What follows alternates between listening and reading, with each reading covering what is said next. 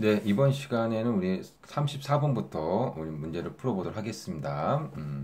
34번이 이제 그 인바운드와 아웃바운드를 조화되게 하는 것은 무엇인가 라고 했습니다. 음, 이거 갖다 우리는 콜 블렌딩이라고 이렇게 이야기하는데요. 여기서 블렌드라고 하는 의미는 뭐냐면, 이제 좀 섞다, 섞이다, 이런 뜻입니다. 혼합물, 이런. 그러니까 결국은 이게 전화를 갖다가 막 섞는다, 이런 뜻인데, 그러니까 결국은, 여기 보시게 되면, 아웃바운드 하는 텔레마케터가 있고, 인바운드를 주로 하는 그 텔레마케터가 있는데, 예를 들어서 아웃바운드 하던 사람이 일단 예를 들어서 추석 앞두고 예를 들어서 선물을 이렇게 상품을 살려는 전화가 막 들어오지 않습니까? 전화가 들어오는 것은 인바운드니까 그런 날 같은 경우는 인바운드 업무가 굉장히 바쁘겠죠. 그럴 때 아웃바운드만을 주로 하던 그 상담사가 인바운드 업무도 지원해 준다라고 한다면 이런 거 우리는 이제 콜 브랜딩이라고 할 수가 있겠습니다. 자, 그래서 상담사가 다른 담당 업무 외에 다른 업무도 조화롭게 진행하는 경우 이것을 콜 브랜딩이라고 할 수가 있겠습니다. 그 다음에 이제 35번은 상사가 부하 직원에게 모범을 보이는 것을 무엇이라고 하는가? 아, 그래서 이게 이제 제가 이게 이 그림을 갖다가 집어넣은 것도 아예 좀 너무 당연한 것 같아가지고요. 정답은 솔선수범입니다. 예, 솔선수범. 예, 솔선수범 해야죠. 예. 자, 그런데, 근데 이런 거 같은 문제도 좀 많이 나오나 봅니다. 또 기출문제입니다. 예, 기출문제요. 예. 자, 그래서 솔선수범이란 단어 우리가 이미 다 알고 있는 단어 아닙니까? 그쵸? 예. 어쨌든 상사가 부하직원의 모범을 보이는 것을 솔선수범이라고 한다. 그 다음에 36번 보겠습니다. 콜센터 상담원 교육으로 자주 활용하는 역할 연기. 그러니까 역할 연기 아시죠? 이제 롤 플레잉. 그래서 실시 순서를 기술하시오라고 했습니다. 자, 이것도 우리가 가끔씩 나오는 문제니까 일단 상황을 설정해야 되겠죠. 상황이라고 하는 것은 고객이 전화를 걸어왔는데 상품을 주문하려는 상황인지 아니면은 불만을 제기하려는 클레임을 제기하려는 설정인지 그거 갖다가 일단은 설정을 해야 된다라는 겁니다. 상황을 설정하고 그 다음에 누가 고객을 맡고 누가 상담사를 맡을지 역할 연기 대상자를 선정하고요. 그 다음에 배역을 지정하고, 그 다음에 역할 내용을 어떻게 할 건지를 검토한 다음에 평가를 하고, 그 다음에 스크립트를 갖다가 좀 수정을 하시면 되겠습니다. 그 다음에 이제 이걸 가지고 계속해서 훈련하면 되겠습니다. 그래서 대충 보면 처음에 이제 상황을 설정해야 된다. 그 다음에 어떤 사람이 이제 어떤 역할을 맡을지를 갖다가 선정해야 되고요. 예. 그런 다음에 그 내용을 갖다가 이제 우리가 잘 작성을 좀 해야 되겠죠. 예, 그래서 역할 내용을 갖다가 검토하거나 평가한 후, 그 다음에 잘못된 부분들이 있다면은 스크립트의 매뉴얼을 갖다가 좀 수정을 하면 되겠습니다. 그런 다음에 이제 훈련하면 되는 거죠. 예. 그래서 상황 설정하고 누가 뭐 할 건지 배역을 지정하고 그 다음에 어떤 내용, 즉 스크립트의 어떤 내용들을 갖다가 좀 검토하고 수정하고 그렇게 딱 했으면 그 다음에 훈련. 예. 자, 이렇게 우리가 역할 연계의 순서를 이렇게 보시면 되고요. 그 다음에 이제 37번을 보도록 하겠습니다. 텔레마케팅 운영을 외부 전문 기관에 아웃소싱할 경우 인하우스로 운영하는 것과 비교하여 장점 두 가지. 그러니까는 이게 우리가 앞에서도 많이 나왔던 그런 부분들이죠. 예, 그래서 그러니까 에이전시 텔레마케팅이라고 하죠. 그래서 회사가 자체적으로 콜센터를 운영하는 것을 갖다가 이제 인하우스 텔레마케팅이라고 하는데 그럴 만한 사항이 안 될 수 있습니다. 그러면은 이제 전문적인 기관들에게 좀 맡기겠죠. 이것을 우리는 대행 운영이라고 하고 에이전시 텔레마케팅이라고 할 수가 있겠습니다. 자, 그러면 에이전시 텔레마케팅의 장점은 뭐냐? 고정 투자비가 적게 든다. 당연히 그럴 수밖에 없지 않겠습니까? 내가 세우는 거 아니잖아. 콜센터를 내가 직접 설립하는 게 아니기 때문에 고정 투자비가 적게 드는 거죠. 뭐 그 대행을 갖다가 좀 위탁하고 수수료만 주면 되는 거니까요.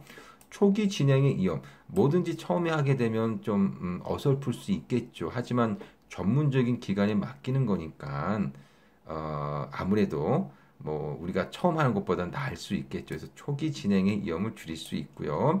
당연히 전문 업체다 보니까 전문 업체 노하우를 이용할 수 있겠습니다. 자, 그 다음에 이제 38번을 보도록 하겠습니다.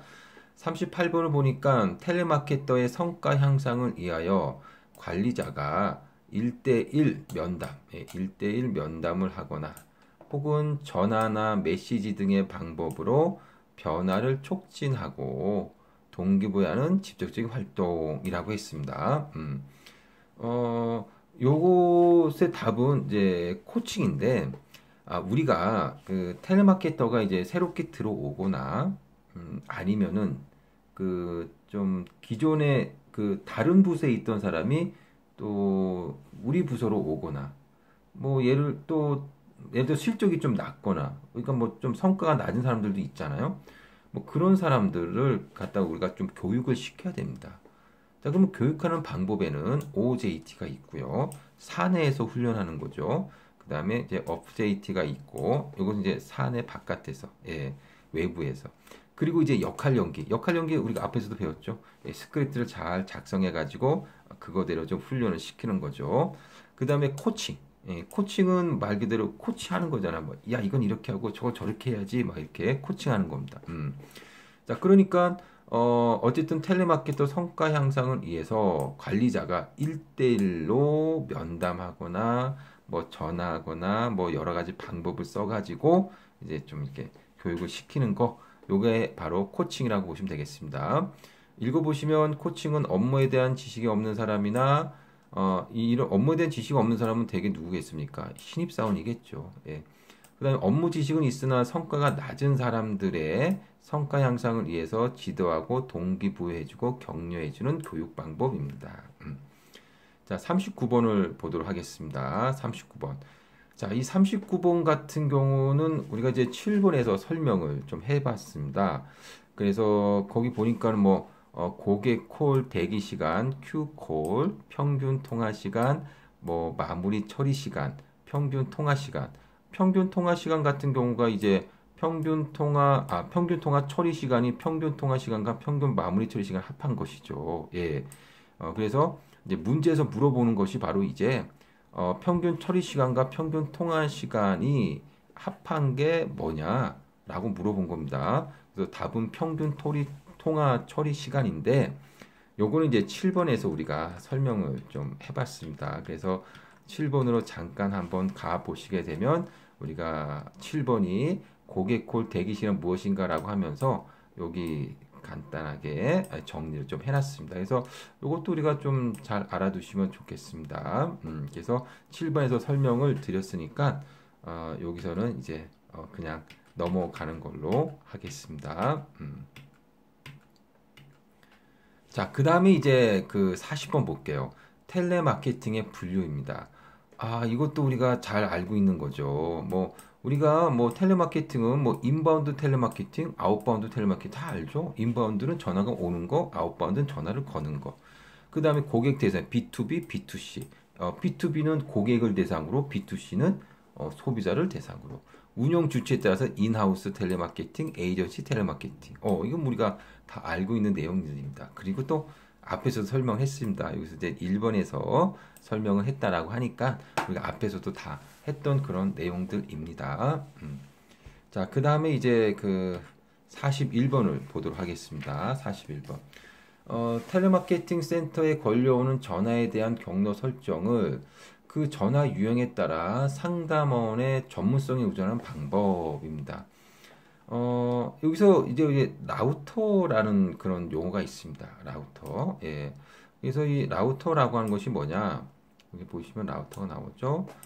데이터가 목적지까지 가는 경로를 검사하고 어떤 경로로 가는 것이 적절한지 판단하고 목적지까지 가는 방법이 결정되면 그 방향으로 보내는 장치.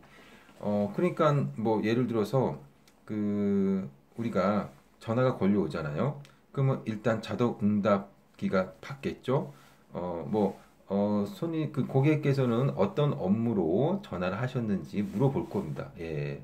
그러면 이제 뭐 예를 들어서 나는 뭐 예금 업무다. 나는 대출 업무다. 뭐 나는 카드 업무다. 그러면 예를 들어서 난 카드 업무인데 그러면 뭐 예를 들어 카드 업무는 3번 누르겠죠. 그럼 카드 업무를 알아보려고 전화를 하신 거구나. 그러면 카드를 갖다가 좀 전문적으로 상담하는 그 텔레마케터에게 연결해 주면 좋겠죠. 예, 그러니까 이런 것 이때 필요한 거죠. 그래서 어떤 경로로 가는 것이 적절한지 판단해 가지고 그 방향으로 보내는 장치를 뭐 우리는 뭐 라우터라고 이렇게 이야기를 한다라는 겁니다. 자, 그래서 어쨌든 뭐 가려고 하는 방향이 결정된 그 방향으로 보내는 장치를 라우터라고 하는데 전화를 걸잖아요. 전화를. 그죠? 전화를 걸어 가지고 아까 설명드린 대로 필요한 어떤 텔레마케터에게 이제 보내려는 어떤 장치를 갖다가 우리는 콜 라우팅이라고 한다 이런 얘기입니다. 그래서 콜 라우팅은 전화가 오면 전화 유형에 따라 어느 상담원에게 연결하는 것이 적절한지 판단하는 것, 이것이 바로 이제 콜 라우팅이라고 보시면 되겠습니다. 그래서 41번의 답도 콜 라우팅입니다. 그 다음에 42번 보시면요. 그 인바운드로 들어오는 가입 문의를 상담하는 텔레마케팅 센터에서 30명의 텔레마케터, 30명의 텔레마케터가 있습니다. 한 달에 20일 근무를 합니다. 20일 근무. 예. 그러면 한 달에 20일 근무를 하면 이제 600이죠. 600. 30명. 600이라는 숫자가 나오게 됩니다. 그런데 월 9만 건의 전화를 받는다라고 합니다. 자, 그러면 이번 달 가입 유치 목표가 18,000명이라면 텔레마케터 1인당 평균 일일 가입 고객은 몇 명이어야 하는가라고 물어봤습니다. 자, 그러면 이번 달 가입 유치 목표가 18,000명이라고 해요.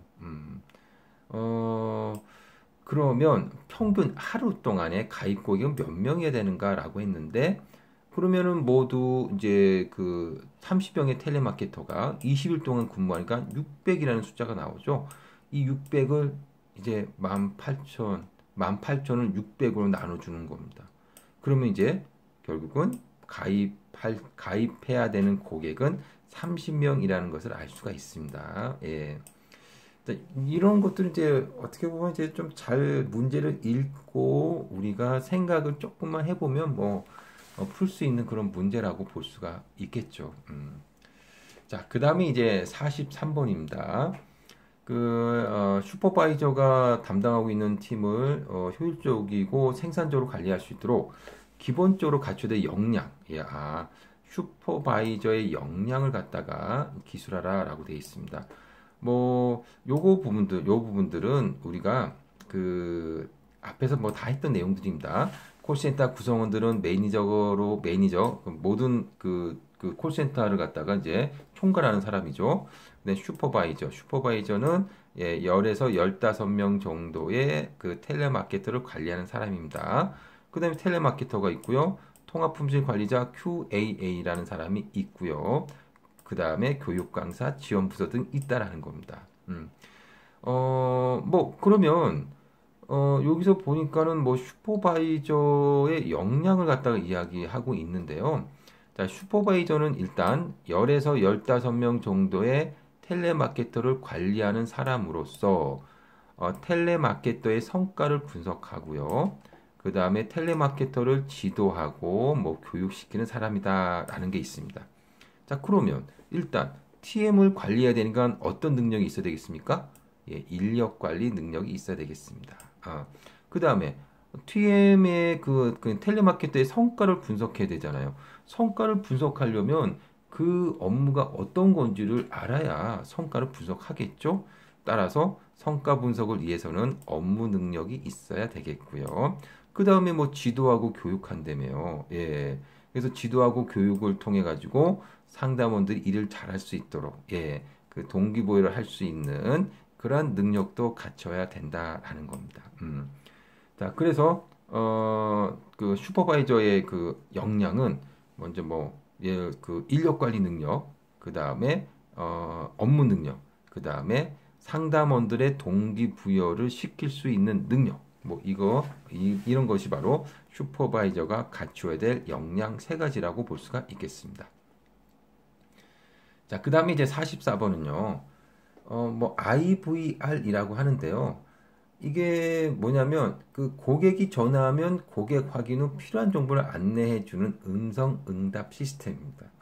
우리가 문제도 보면 외부에서 전화가 걸려오면 고객에게 여러 가지 사항들을 요구하고 고객 유무 확인 후 호스트에서 해당 자료를 검색해요. 메뉴를 통해 필요한 정보를 자동 음성으로 안내해 주는 기능.